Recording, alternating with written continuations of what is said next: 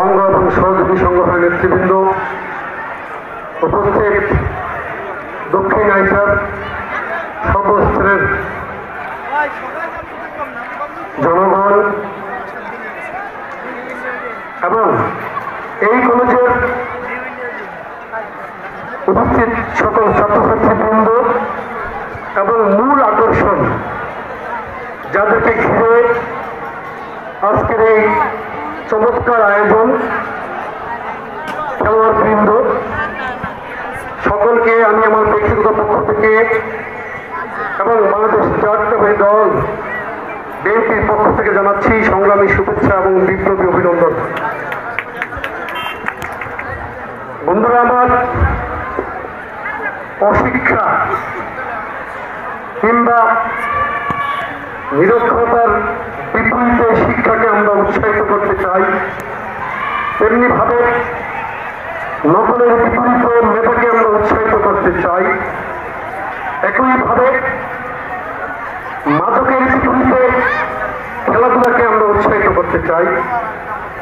যদিও দুঃখজনকভাবে গত 16 বছর পর্যন্ত আমরা ভিন্ন চিত্র দেখেছিলাম। বাংলাদেশের খেলোয়াড় জগৎটাকেও দলীয়করণ করা হয়েছিল। শিক্ষা প্রতিষ্ঠানগুলোতে সরকারি দলের ছাত্র সংগঠন ছাড়া অন্য কোনো সংগঠনের নেতাকর্মীরা প্রবেশ করতে পারত না। হলগুলোতে শুধু ছাত্রদল করা অপরাধে ছাত্রদের নেতাকর্মীদেরকে নির্যাতন করা হতো, হল থেকে বের করে দেওয়া হয়েছিল পুলিশ প্রহরায়। কিন্তু আমরা চাই জাতীয় স্বার্থে এই জায়গাগুলো নিরপেক্ষ থাকুক, শিক্ষকরা নিরপেক্ষ থাকুক, শিক্ষা প্রতিষ্ঠানগুলো সার্বজনীন থাকুক। আমরা শুনেছিলাম ঘরে ঘরে চাকরি দেওয়া হবে, তবে দলীয় আধিপত্যের বাইরে গত 16 বছর বাংলাদেশে কেউ চাকরি পেয়েছে বলে আমার খুব বেশি জানা নেই। কিন্তু আমাদের প্রিয় নেতা জনাব তারেক রহমান বলেছেন, বিএনপি যদি মানুষের ভালোবাসার ম্যান্ডেট নিয়ে ক্ষমতায় আসে, প্রথম 18 মাসে 1 কোটি চাকরির ব্যবস্থা করা হবে। তিনি কিন্তু বলেননি দলীয় আনুগত্যের ভিত্তিতে ঘরে ঘরে চাকরি দেওয়া হবে, বরং চাকরি পাওয়ার ক্ষেত্রে দলীয় আনুগত্য কাউকে বাড়তি সুবিধা কিংবা অসুবিধা কোনোটাই দিতে পারবে না। আমি বক্তব্য দীর্ঘায়িত করব না। এই ফুটবল টুর্নামেন্টের উদ্বোধনী অনুষ্ঠানে প্রধান আকর্ষণ হচ্ছে এই খেলোয়াড়রা। এখানে বক্তব্য দেয়া কিংবা শোনার আগ্রহ তেমন কারোই নেই।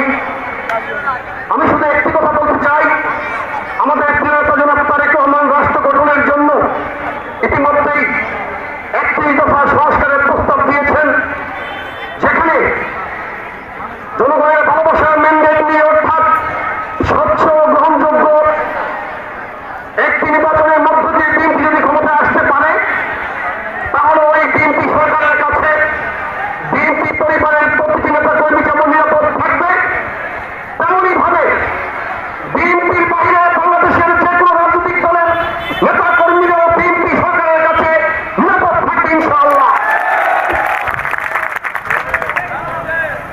আরেকটি কথা হচ্ছে, বিএনপি ক্ষমতায় আসলে শিক্ষা ব্যবস্থার ক্ষেত্রে সর্বোচ্চ গুরুত্ব দেবে।